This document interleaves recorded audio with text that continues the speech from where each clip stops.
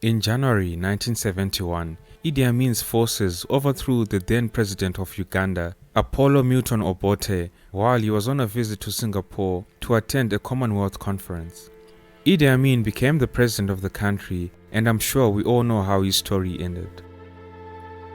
However, Milton Obote's story and both of his stints in power have largely been overshadowed by Idi Amin. Yet Obote was also accused of widespread human rights abuses, and according to some sources, the deaths attributed to him are greater than those of Idi Amin. At the same time, Milton Obote contributed to the nationalist anticolonial struggle, and the important role he played in founding the modern Ugandan nation in the first period of his rule seems almost indisputable. In this episode of African Biographics, we cover the life story of Milton Obote, Uganda's president, who was deposed by Idi Amin and then came back to power. The British had ruled Uganda as a protectorate since 1894, and under this arrangement, Britain provided diplomatic and military protection, organized government administrative functions, and imposed taxes upon Uganda.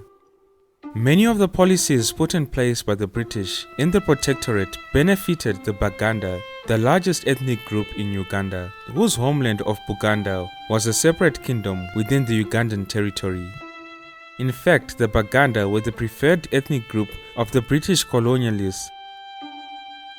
As time progressed, the people of Uganda were demanding an end to these and other policies that created division and injustice, and were growing increasingly impatient for full independence. After the end of the Second World War, Britain began planning the formal end of the protectorate. One of the key players in the process to gain independence for the country of Uganda was a man by the name Milton Obote, who is the main subject of this video. The man known as Milton Obote was born in the Apak district of northern Uganda on 20th December 1925, and he was the third of 9 children.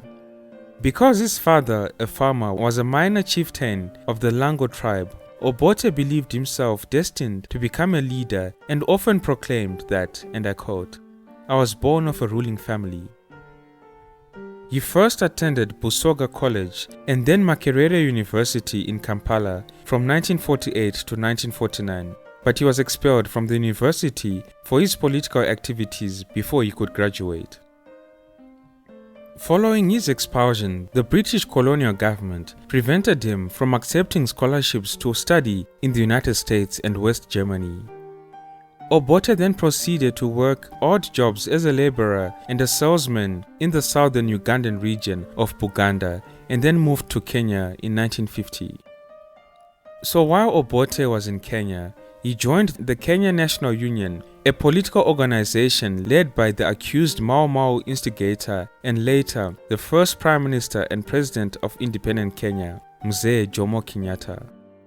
It was here where Obote cut his teeth in the world of politics and learned skills that would help him to go on to play a central role in the struggle for Ugandan independence.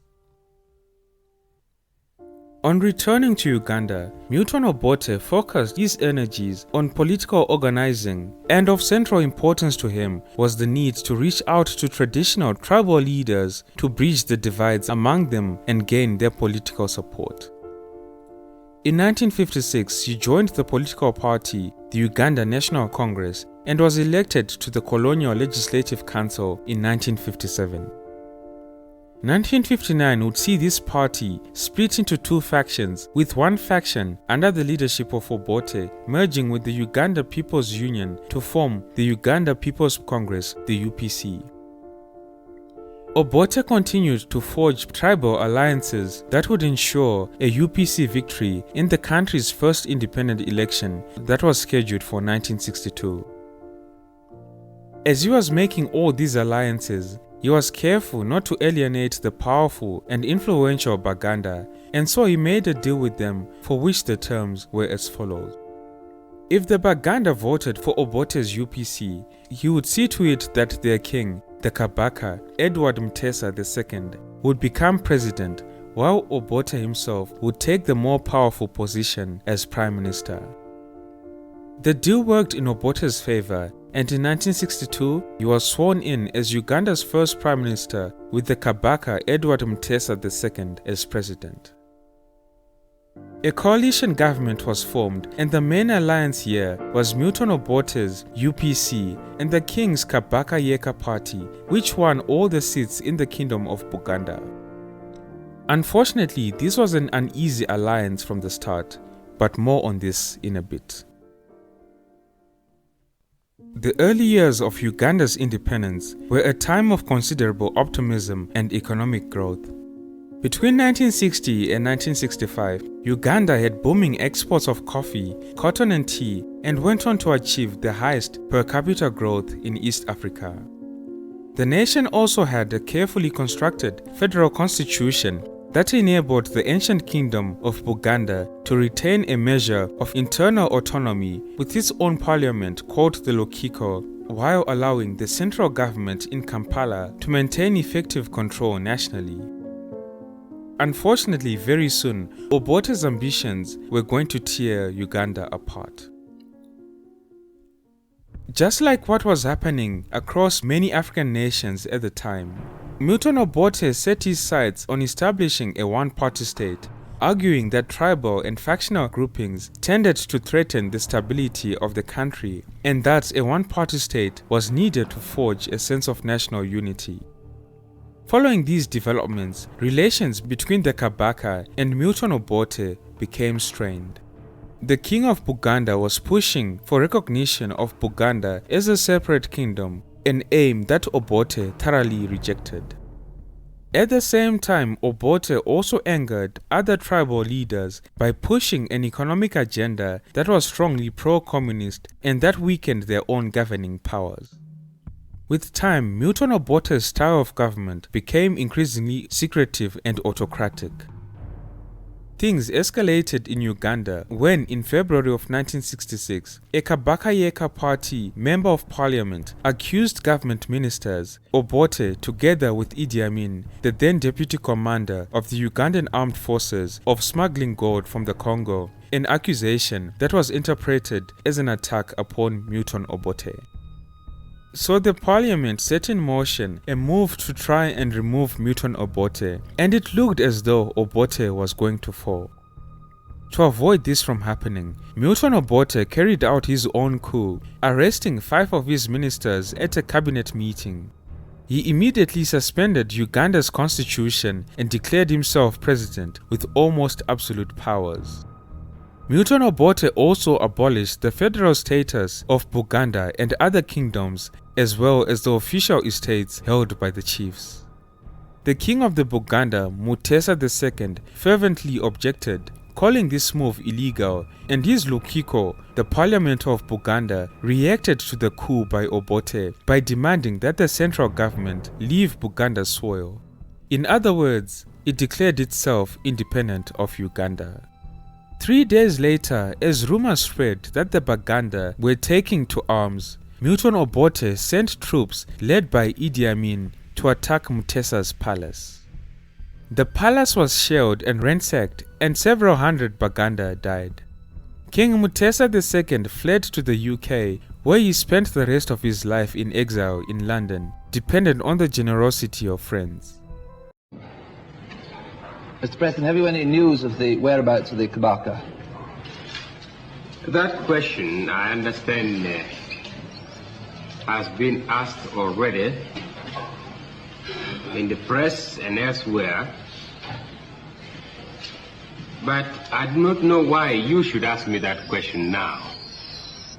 But the most interesting thing is that the pressmen seem to think that the Kabaka has done nothing wrong. That it's only the government that has done wrong things. The Kabaka requested foreign troops in February without authority. The Kabaka organized a rebellion.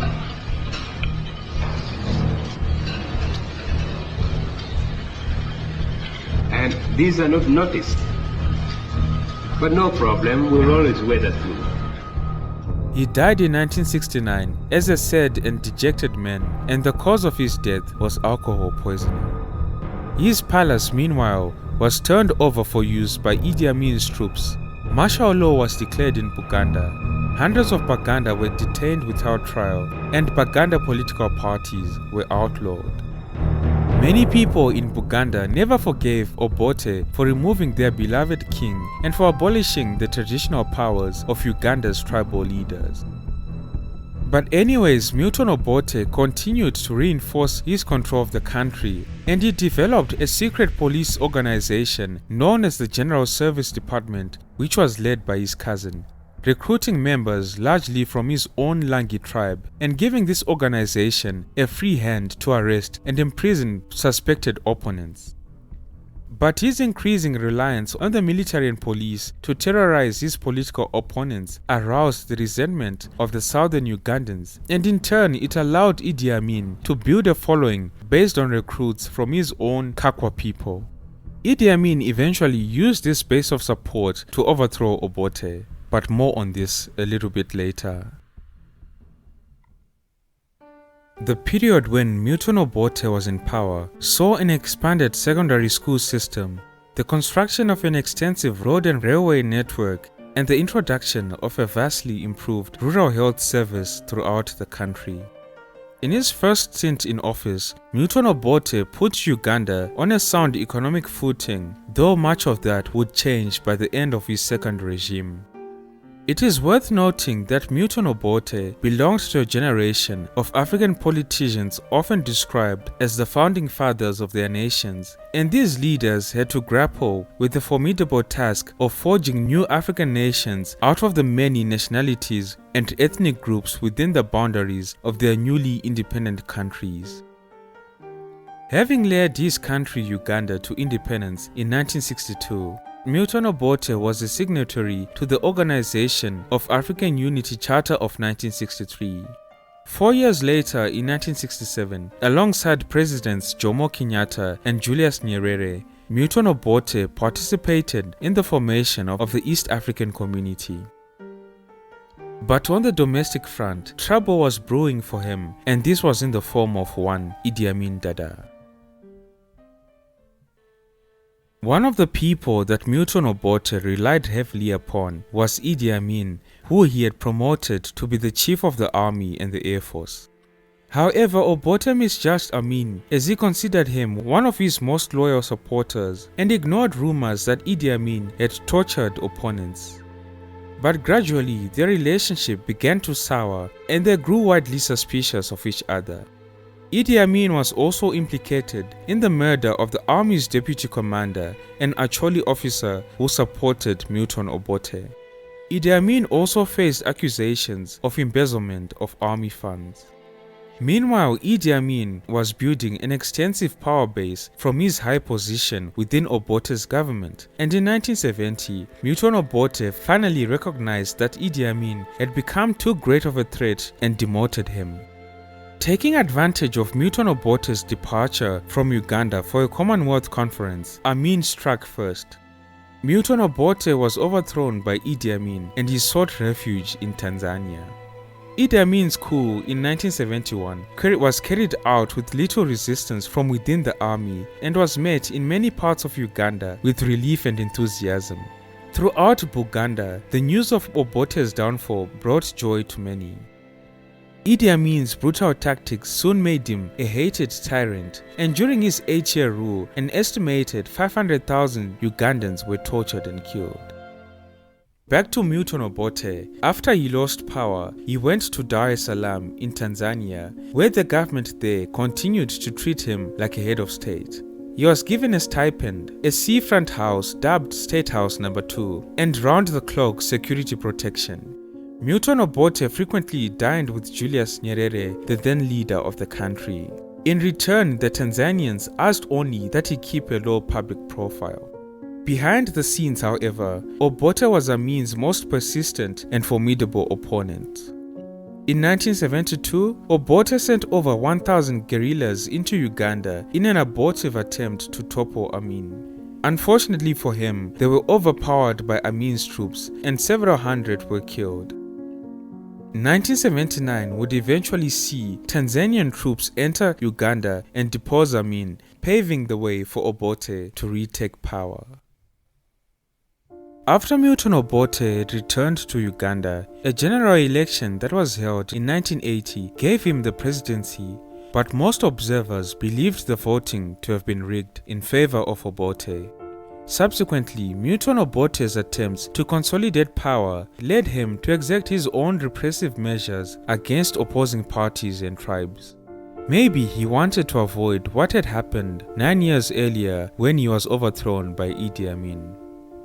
So now that he was at the helm again, Obote ordered Uganda's National Liberation Army to conduct a brutal campaign against those who opposed him, especially the National Resistance Army, a guerrilla movement in the western part of the country led by Yoweri Museveni, the current president of Uganda. Museveni's NRA had declared an armed rebellion following the victory of Obote's UPC in the bitterly disputed 1980 general election.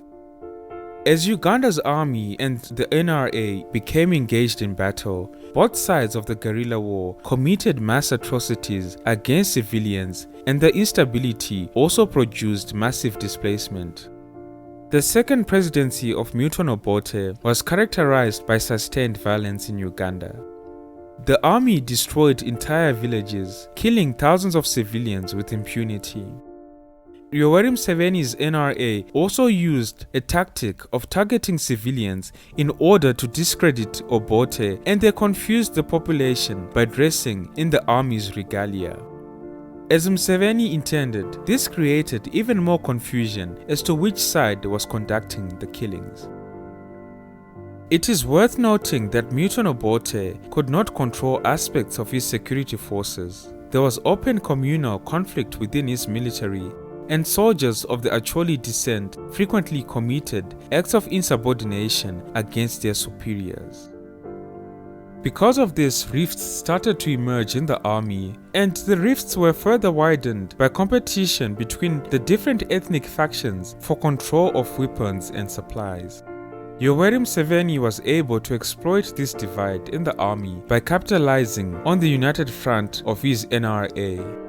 As Obote's soldiers lost their will to fight for him, many chose to defect to Yoweri Museveni's NRA, further weakening Obote's position. It is reported that from this period of fighting, the government forces killed between 100,000 and 200,000 civilians, and they detained and tortured several thousands others.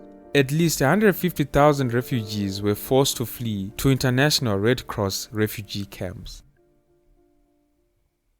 By 1985, factions within Obote's own army strongly opposed him, and they organized a coup in July of that year. Following this, Milton Obote fled to Kenya and then found permanent refuge in Zambia. A little while later, Yoweri Museveni eventually took over as president of Uganda. Though many Ugandans believed Obote would eventually return, Yoweri Museveni warned him that if he did so, he would face criminal prosecution for the deaths of thousands who had perished during his regime in the 1980s. Apollo Milton Obote died on the 10th of October 2005 of kidney failure in a hospital in Johannesburg, South Africa. He was 79 years old.